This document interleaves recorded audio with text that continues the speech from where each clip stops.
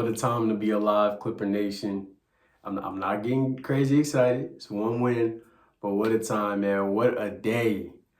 You already know it's your boy, Coach D. We're back here with another sports review, and today we are going to be reviewing how the Clippers, that's right, the LA Clippers, we are up 1-0 on the Dallas Mavericks, the team that's favored to win this series, especially without Kawhi Leonard playing. The Clippers go up 1-0 in a pretty convincing win. Let's dive into it and see what happened. I'm super excited. So the LA Clippers are going to defeat the Dallas Mavericks today. We beat them 109-97. This was a big game.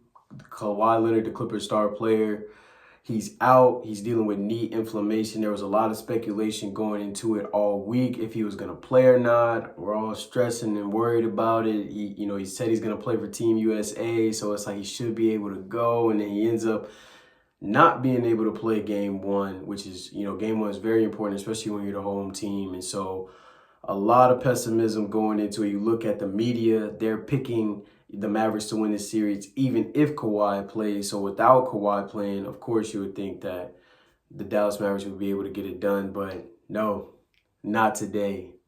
And it was just like I told you guys, the Clippers, it was their depth. They had 5 guys in double figures today. We just had a bunch of guys step up. We still have James Harden, right? We still have Russell Westbrook. We still have Paul George. We have all these guys that the Mavs are going to have to worry about and defend. And we had some surprising people step up today, and it was just great. I have 2 MVPs for the Clippers today, 2 reasons that they won the game. And the first one is going to be Ivica Zubac. Now, remember in my last video, my prediction video, I said that Zubac was really going to be the X factor. When Luka looks his best is when he gets that switch on to Zubac. And I'm pretty sure his first 3 of the game came when he got the switch on to Zubac. But the Clippers, oftentimes this game, Todd Lue did a good job of limiting the times that Zubac would end up getting that switch onto him. We would double team Luka, get the ball out of his hands. When he runs that pick and roll, we wouldn't just let him get the switch on to Zubac like we did in 2021. And on the other side, though, Zubac on Daniel Gafford, that was barbecue chicken. My boy was at a barbecue. He was at the cookout, and Zubac was feasting. Around the first 2 or 3 minutes of the game, Zubac got a post up on Daniel Gafford, and he was just escorting him, just backing him down and just walking him like you walk your dog in the park, right under the basket, and was able to hit a little push shot right on him, right in front of the basket. And when I seen that, I was like, ooh, this is bad. This is bad news, because if Daniel Gafford is just going to get pushed around like Zubac as if he was a power forward or something like that, that was definitely going to spell a lot of problems. And Zubac did amazing under the basket. He looked unguardable against Daniel Gafford. Daniel Gafford looked too small. And that's why I said in the prediction video, Zubac is a 7-footer. He's a real true big. He's probably like 260 or something like that, somewhere up in that range, maybe a little heavier. And Daniel Gafford, he's 6'10", maybe 240. So, he's going to have his hands full dealing with Zubac, like I said, in the other video. And Zubac was really showing that, there's a different level to the center position that they're playing at. And he did really good on that. And he also did really good because of the other co-MVP, James Harden. James Harden was, whenever he's able to get downhill or get in that pick and roll, Zubac is wide open because Daniel Gafford has to come over, and contest James Harden for the layup or for the pick and roll. And then, because James Harden is such a good passer, he's just been finding Zoo, and Zoo's finishing everything under the basket. So Zubac was absolutely amazing today. He went for 20 and 15. I did not see that coming, and that was a great game. And so he gets my MVP. And my second MVP, my co-MVP, is James Harden. Uno, my boy. James Harden was, you remember at the beginning of the year when the Clippers were really struggling, when we had first traded for him, you had a lot of people in media calling it a mistake, and why would we, Nick Wright, why would we do this, or why would they do this, and all these different type of things, people bashing James Harden, especially when the Clippers went on that losing streak, when they were starting him and Russell Westbrook together, and Paul George and Kawhi, and they were losing to anybody and everybody was blaming James Harden and saying, why would they do this, and, this was stupid trade, and they ruined their season. you see now why we traded for James Harden. Even if James Harden isn't going to do what he did today, which was 28, 2-8, his presence and him being out there helped so much when we have the injury history that we have with Paul George and Kawhi Leonard in the playoffs. You know, more times than not, one of those two are going to get hurt during the playoffs. And so now Kawhi's down, but guess what? You have a James Harden who's coming out and giving you these points and this help that you need. So them getting James Harden was at this point, you could say, almost saved their postseason, because if he wasn't out there and it was just Paul George and Russell Westbrook going against Luka and Kyrie, you know, the Clippers could have some serious problems. But James was great today. He was just firing off. I said it in the other prediction video, who do the Mavs have to really guard him? You know, they tried with PJ Washington. They were trying with Derrick Jones Jr. and they tried with Luka, you know, but nobody really had the answer for James Harden. He was able to get by anybody he wanted to. He was hitting the three. You know, he was confusing them coming off of screens, and he was also facilitating, right? Ended up having 8 assists, so he was great. He was great today. Definitely helped carry along with Zubac and Paul George, carry the Clippers to a win, to a big victory that we would definitely not have without James Harden. So he was absolutely great today. But the thing that really pushed the Clippers over the edge, like I said, it was the depth. The Clippers just have so many guys that, you know, you can almost write in to get in the double figures, you know, unless you're going to defend them very, very well. And so having James Harden, having Paul George, right, is great, you know, and especially without Kawhi, those are going to be your two guys that are really driving you forward. But guess what? You had Ivica Zubac go for 20 points. You had Terrence Mann. He ended up going for 13, right? You had Russell Westbrook going for 13, 4 and 4. These guys giving you double-figure points in minutes and in great minutes, and it's just too much, right, for the Dallas Mavericks. So it's just great. I'm so happy with the way that we played, and those guys, it just looked like too much for Dallas, especially in that first half. But for the Mavs, the first half, they started off with, remember what I told you what happened to Daniel Gafford, how he was getting babied and put in the blender by Ivica Zubac. So Jason Kidd decided to take him off the floor, and then he decided to go with two bigs by putting in Lively and taking out Derrick Jones Jr. and putting in Maxi Kleber.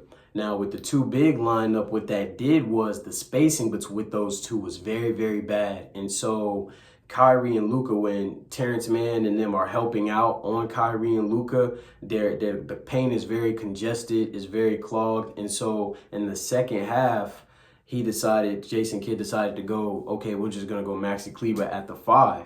And so they're basically small ball, because Maxi Kleber is really like a power forward. And so that really opened things up in that second half, that third quarter, fourth quarter. That's when you really started to see Kyrie, especially the end of the third, Kyrie and Luka really start to get going. And yeah, they did. And like I said, though, in the prediction, exactly what I said. I said keep them between 30 and 35 points, and that's exactly what they did. Luka had 33 and 13, and then you had Kyrie having 31 and 7.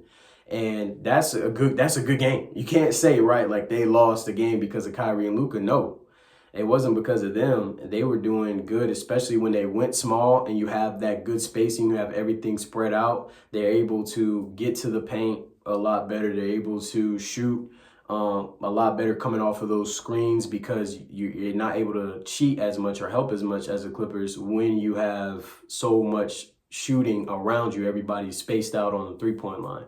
So they did really well with that, and they were able to get off for their 30 points. But the killer, though, was the rest of the team. Outside of Kyrie and Luka, the Mavs only had one guy score over 6 points in this game. I'm going to say that again for y'all. Outside of Kyrie and Luka, only one guy for the Mavericks scored more than 6 points, and that was PJ Washington, and he had 11. Is that going to be enough to get it done against this Clipper team? Absolutely not. No shot, no way. Especially when I read off what the Clippers role players were doing. It's just not going to be enough. They just don't have the depth if that's going to be what they produce. And I read it off in the other prediction video, in my prediction video, I read it off. These guys during this win streak, the 16-2 win streak that they finished the year with, these guys were not scoring. These guys were not being dependent upon to score. It was really just Luka and Kyrie going crazy. But when you get in the postseason, if the Clippers are going to be aiming to defend Luka and Kyrie, that's their whole game plan, you're going to need these other guys to step up. And once again, who is it? Who is that third guy for the Mavs? We don't know. And like I said, if it's PJ Washington, he was averaging 12 points on 32% from three, at the end, since he's been on the team after the All-Star break. And what did he do today? 11-7 and a not good three-point percentage. So that's exactly what he was doing, and that's not going to be enough to carry this team. Luka and Kyrie are going to definitely need some help. I think the adjustments for the Clippers, there's so many things that when Ty Lue goes back and looks at this film, there's so many things that the Clippers can adjust to. One of the things is Mason Plumlee didn't do super bad today, but when Luka and Kyrie really started to getting off and they started cutting into that lead, it was when he was on the floor in that late third quarter when the bench unit comes in and the Mavericks were small with Maxi Kleber. When they were running those screens, those pick and roll screens at Mason Plumlee, Luka and them were able to get good shots. It caused a lot of confusion because once again, they're small ball, so everybody's spaced out, and it caused a lot of confusion. So if I'm Ty Lue, if Zubac's not in the game, I would recommend going small, matching their small ball, because what that'll do, right? That puts Luka and Kyrie and PJ Washington or Dante Exum, whoever they have on the floor. Now we're matching their small ball. Now we're 5 out and they have nobody under the basket.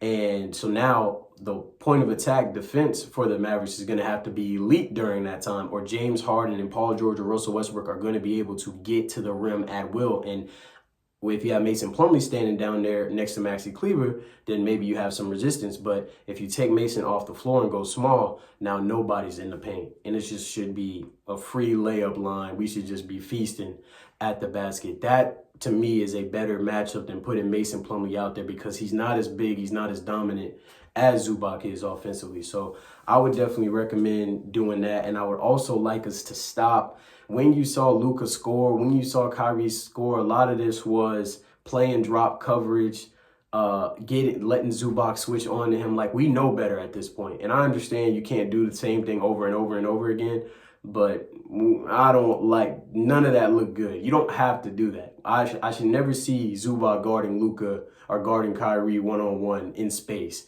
You always need to send two. You always need to try to avoid that when you can, because those are the type of opportunities that Luka is going to score. That's almost a guarantee he's going to hit that three. He's going to be able to get to the line. So avoiding those opportunities, trapping them, make these other guys, if they're going to call for screens, trap them. Make Gafford or Lively or whoever's rolling to the basket, make them show that they can be a really good player in the playoffs. Because today they showed that they're not under 6 points. So don't let Luka and Kyrie change the outcome of a game, because let's say one of these guys do have a great shooting night. PJ Washington does. And let's say, Hardaway has one of those playoff games that he can have against the Clippers, and you have Luka and Kyrie going for 30. Well, then now you can be in trouble. So limiting Kyrie and Luka just needs to be a task. And we did a decent job today. We did what I expected us to do, but we need to do it better just in case one of these guys gets off. And as far as adjustments for the Mavericks, they've got to figure out who the third option is. They got to figure out a way to get some of these other guys involved. Luka and Kyrie accounted for 65% of their points today. And if you probably include the assists, it's probably somewhere up to 70 or 80% of the points. Like, these two are like carrying the whole team on their back. And it's just, I don't think that is a recipe that's going to beat this Clipper team because of the depth that they have. Norman Powell, who's probably our most consistent guy outside of Kawhi Leonard and James Harden and Paul George.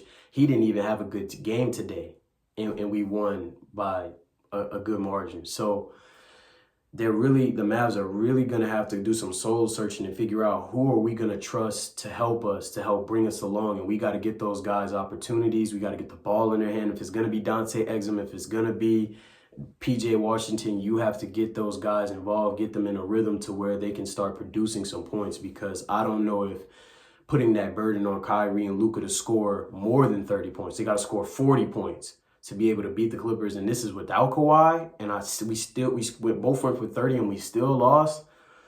We got some serious soul searching to do, some serious things to think about in that locker room with Jason Kidd. One thing that I didn't like is that Jason Kidd benched Derrick Jones Jr. for Maxi Kleber. I guess the idea of thinking around that is maybe Maxi's a better IQ player. Maxi provides a little more height, a little more, rim protection, and you would assume maybe better shooting. But none of that was that today. And, then he just decided to go small and not have Lively or Gafford in the game. But, once Kawhi comes back, if you're going to use PJ Washington to guard Paul George, who did a decent job on Paul George today. Paul George had 22 and 6, so decent job when I was watching the game. But if you're going to have PJ guard him, then if Kawhi comes back in game 2 or game 3, who's going to guard him? You're going to need Derrick Jones to play. So I feel like I don't think Jason was really thinking, because now you're hurting Derrick's confidence, because you're going to need him because Maxi Kleber can't guard Kawhi Leonard. So you're going to need him to guard Kawhi, and you're going to need him to be confident in that offense. So I didn't like benching him today. But like I said, they got some soul searching to do. I had said it and in the comments, who's the Mavs third option on Twitter, and I'm still waiting for an answer. And as you can see, this is why, right? This is gonna happen if you don't have a third option with the Clippers depth to match the Clippers depth. So this is an amazing win. It's just game 1. I'm big with Kobe. Job not finished. We'll see what's going on. But the big question is, does Kawhi play game 2, or do we just want to decide to rest him for game 3? I said, on my Twitter feed, I said this was a good don't play Kawhi game. I'm glad he didn't play game 1, because see if you could beat the Mavs without him in game 1, then boom, play him. If you lose, play him in game 2.